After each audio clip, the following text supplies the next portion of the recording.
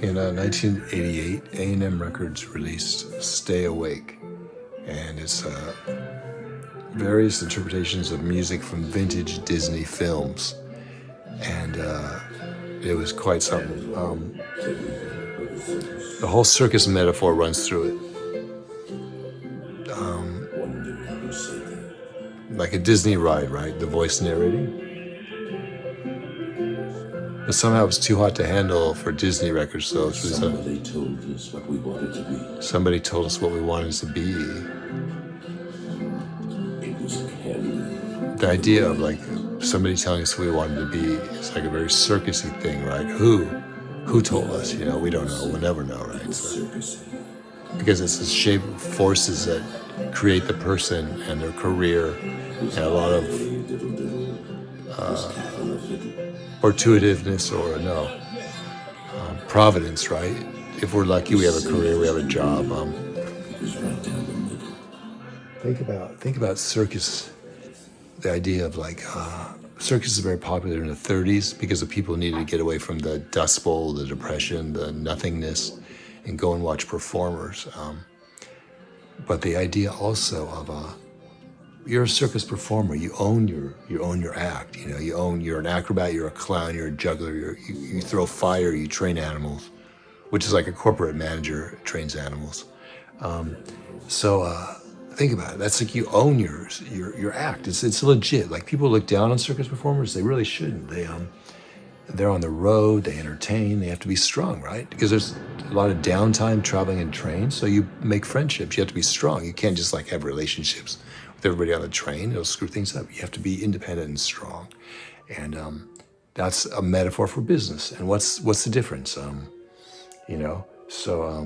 Circus inspires our dreams, right?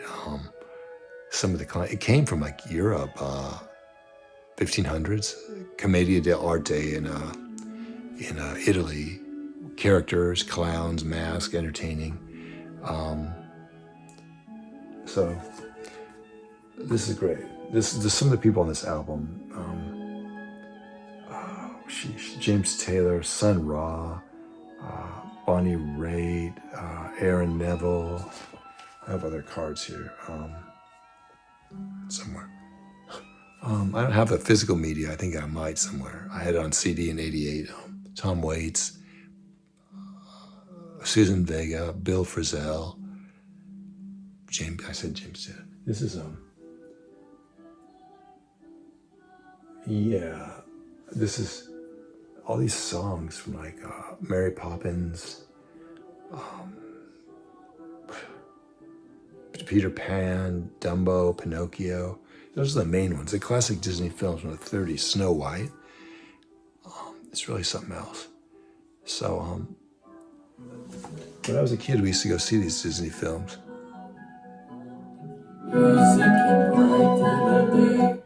And what it does, it captures that classic songwriting. This is Michael Stipe from REM is on here, 88. They were a big band at that time. The Roaches, which were three sisters singing vocal harmonies. Really good stuff. And so Stay Awake, yeah, the concept of Stay Awake is really important if you think about it. Stay Awake. There's a line in the album from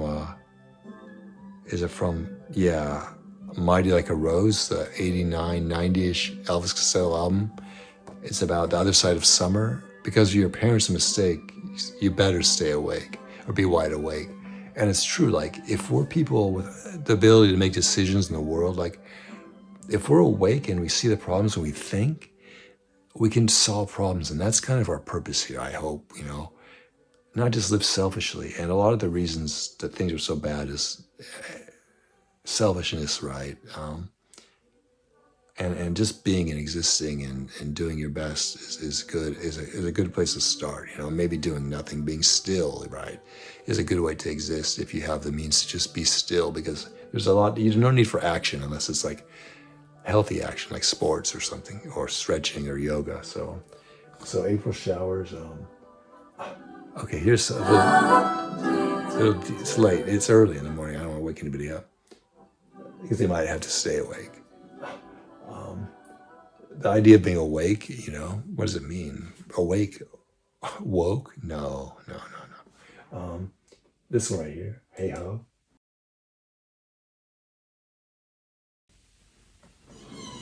This song, hi ho, from Snow White and the Seven Dwarfs. Wow. I asked a friend of mine in '88 what he thought of this song by Tom Waits.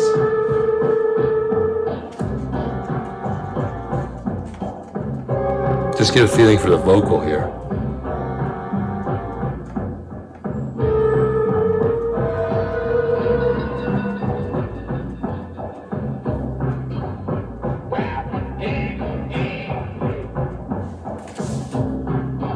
Like Tom Waits knew about nightmare songs, right? This is different. It's electronic, strange. I don't know much about his record body of work, but he's a keyboardist primarily, right? And he was singing about really gritty life. So I asked this friend of mine who was diminutive. This friend of mine I knew in LA who had a very challenging existence, And he said, this sounds like a nightmare, this Tom Waits song. And it does. It's a Dwarfs marching song. And I guess I'll diverge on this. Beginning with disability, I was enrolled in some courses, disability rights or awareness or studies, because just awareness, There's a quote here, chapter 24. This book is edited by Leonard J. Davis. It's a collection of essays. The root of people's fascination with little people is hard to pin down. Quote, there's a psychoanalytical theory that somehow we're attracted to them because we have a fear that we're never going to grow up, says Robert Bogdan. And he wrote a book. I don't like the title, but he wrote it. But I think that's mostly BS, he says. I think people just found them cute, So this is about Hollywood, little people, they give them jobs, right? And they're people, we're all people. This essay is Seth Abramovich wrote this one. This book has all the cultures of disability and how they are part of the cultural scene of the U.S. They're all part of us, and they're optional. We have optional preference to treat them well or not, or ignore them or not, or represent them or not, or care for them or not. It's all part of being a person, is making these choices. Anyway, so this album, let's get to some of the British stuff here. Pretty. That's dark, but this one has Susan Vega. Remember her song Luca? Don't rest your head. Don't lie down upon your bed while the moon drifts in the skies. Stay awake. Don't close your eyes.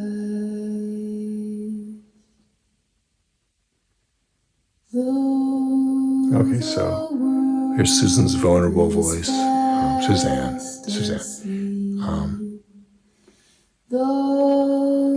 This interesting point about music today.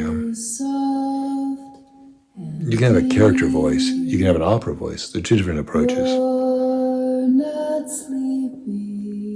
Just be your own voice.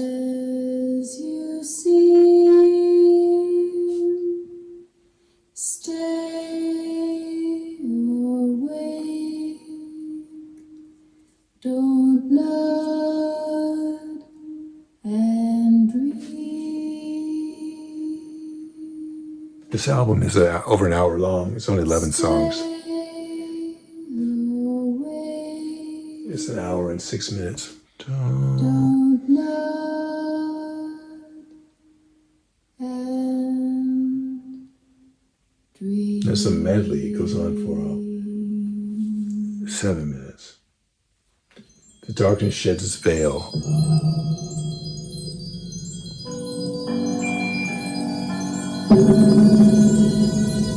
It gets dark. It's very cinematic, right? It's an adventure ride through this album. It's good with headphones. Listen to your imagination sparks some images there. Here's number 6, the Mickey Mouse Club. Now it's time Aaron Neville. to say goodbye It's very wholesome, this one. to all our company. MICKEYMOUSE.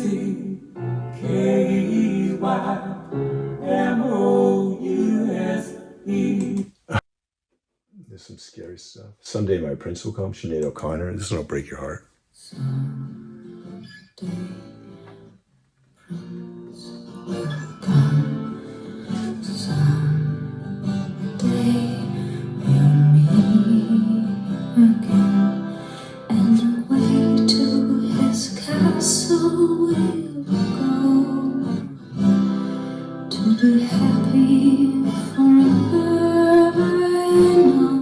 So that's the great power of storytelling. It calls men to be better, right? To be a prince, right? If we can't, we can be a knight. I don't know. But the idea of like having a stereotypical dream of who that partner will be, probably healthy in some way, you know, not just like too much realism is bad. I think that's what we get in some countries where people are born into conflict constantly and too much realism and being jaded and numb, even inner cities in the West, the numbing that happens and the apathy. But we have to understand that's part of the culture. We have to understand where they're coming from. That helps, just to understand where they're coming from. Oh, well, this is cool. Technicolor Pachyderm Sun Ra. Sun Ra, I'm gonna put a photo up of Sun Ra. This guy was a character. Pink Elephants on Parade. It's from Dumbo, right? Yeah. Pink Elephants on Parade. Yeah. Listen to this. It's crazy. This is the stuff that Disney came out with. 1937. Yeah. Oh, that was Someday My Prince Will Come 37. Dumbo? I didn't see the Tim Burton one yet. It looked pretty cool. It looked dark, yeah. Tim Burton's dark, yeah. So, anyway, I'm not sure when the Dumbo came out. I'll find out. I'll put it on there.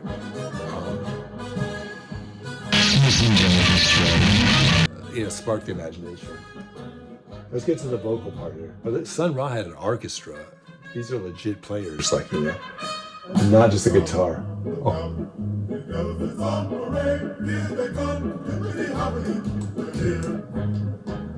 Goes on for a while.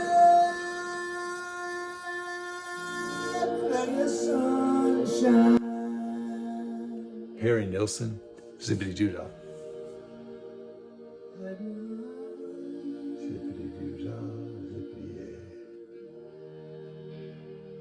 That's from one of his classic animated films. Those were all hand-drawn, right? If we look back, we can see the quality, the care that was taken. It wasn't even limited animation like they came in the 70s or 60s where they skipped steps. This is real. Every scene, every movement was a whole art sketch.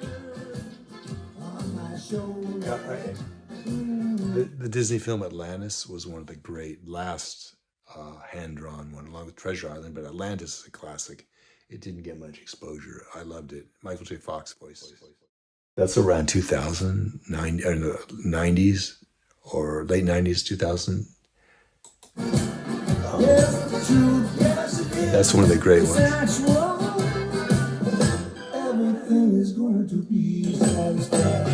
So, Alexa, when did Zippity Doo-Dah, what movie is that song from? Zip-a-Dee-Dah was first performed in 1946 as part of Disney's Song of the South. Song of the South, okay. So see, we have Disney interpreting other cultures for us. Song of the South, whether they got it right or not. I saw the Princess and the Frog, is it called? In the early 2000s. That's a Disney film, and that's another take on the South and the So I don't know. It's not for me to judge if they got it right. Did it encourage cultures? Did it help us mediate between other cultures and understand them? I think it did. I mean, you know, are we in a better place culturally, understanding each other better? I think we are. Economically, are we better? No. I mean, no. A lot of people, well, are we? I don't know. Do we really need to be wealthy and have a career, or is it? Elon Musk has said that our society is going past jobs where jobs are no longer necessary. AI does a lot of the work for us, so it frees up more time to be people. You know, I mean, because when you're in a job, let's put on some music in the background. Let's put on James Taylor here. It's beautiful. Second star to the right from Peter Pan. It's mellow. Listen to this, James Taylor, classic, right? Just classic 70s, 60s songwriter, still great. This is an 88, so. But about the career thing, when you have a job and you're distracted, you're anxious, and you don't even, I've been there, you know, for decades I did it. Your anxious level, your cortisol is ramped up and you're anxious, you can't have time to think for yourself. So if we're in a post-jobs world, more time to focus on art, you know? This painting I made the other day, got your little astronaut character there. He's all reading. He's got his guitar and he's outer space, you know? So this is the thing, right? This is commentary. What this album will introduce these concepts to stimulate thinking. In our castle in Spain, you'll be living rent-free. Every capital gain you'll share with me. From this village below, every cent we will drain, and your fortune will grow in our castle in Spain. Every mortgage and lease I will reevaluate, and for you I'll increase their interest rate. You'll eat nothing but cake. You'll drink not champagne.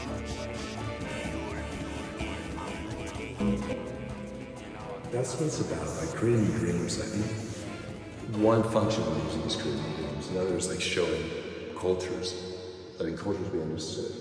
Okay, but here's the closing. Pinocchio melody is 5 minutes, almost 6 minutes. One function of music is creating dreams. Another is like showing cultures, letting cultures be understood. Okay, but here's the Pinocchio medley. Pinocchio melody is 5 minutes, almost 6 minutes. So we got.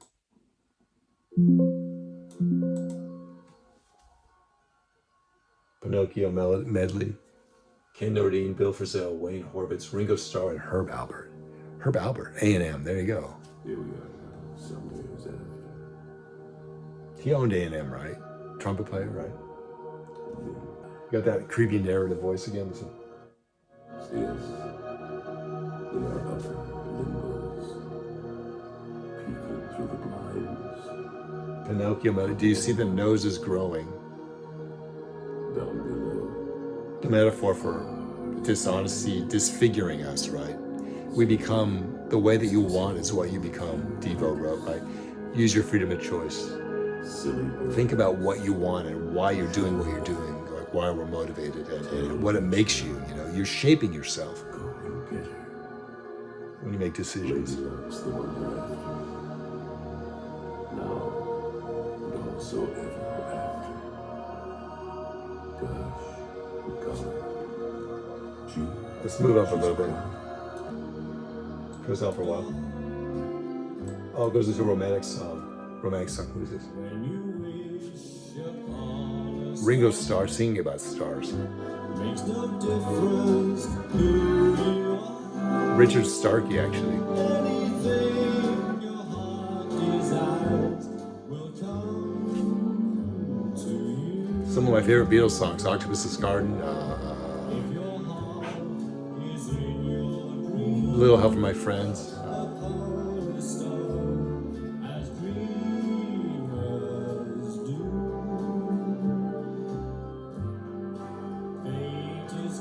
Yellow Submarine was sang by Ringo. That movie yesterday was pretty cool about that Indian guy.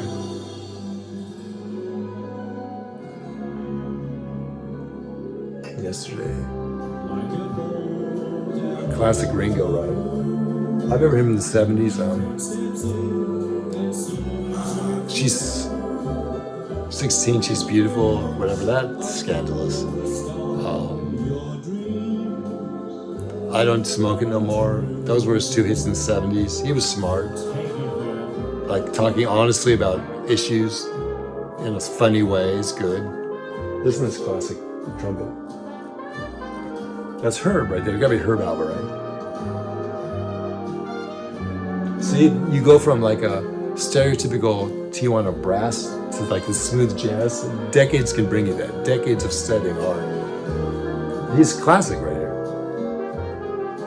He's up there with Wynton and Branford, right, in terms of skill.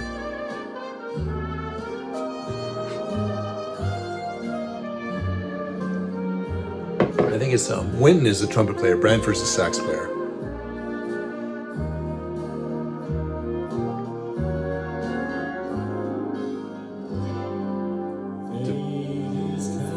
Well, Ringo really gets a lot of airtime here. Cool. This idea of dreaming is important.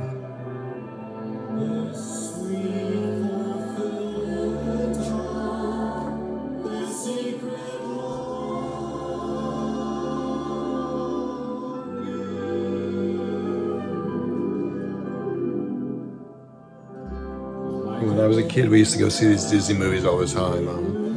Lady and the Tramp, I remember. We would drive to the local theater, which was a vintage Hollywood theater from the 20s that was preserved for, now it's been preserved for a whole century in downtown city where I grew up.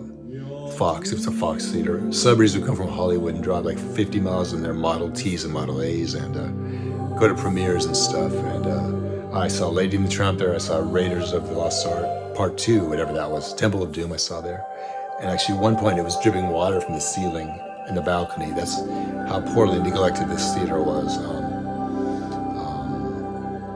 I saw a couple things there. Chariots of Fire I saw in the 80s there. Fox Fullerton. Now they kind of put this mall up against it, but it's still being preserved, I think. Had velvet seats when I went there in the 70s. The seats were like velvet, red, purple velvet, burgundy, from the classic era. We would eat popcorn and drink soda, and it's classic. Here we go.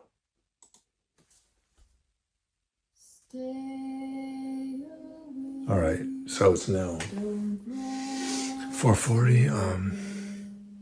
I'm awake. Stay awake. Stay awake.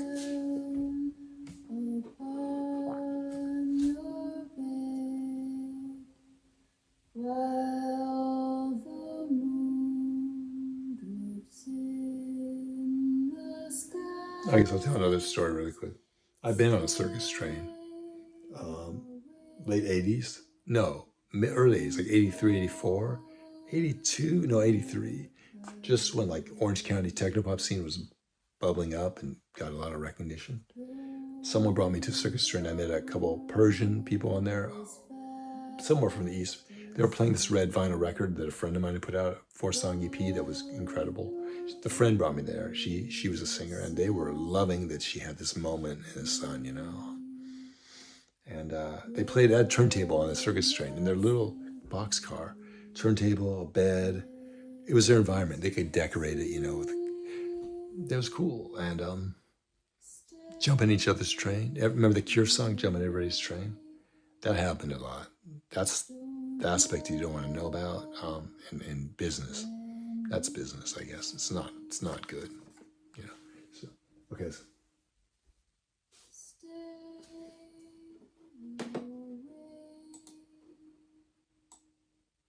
Don't know.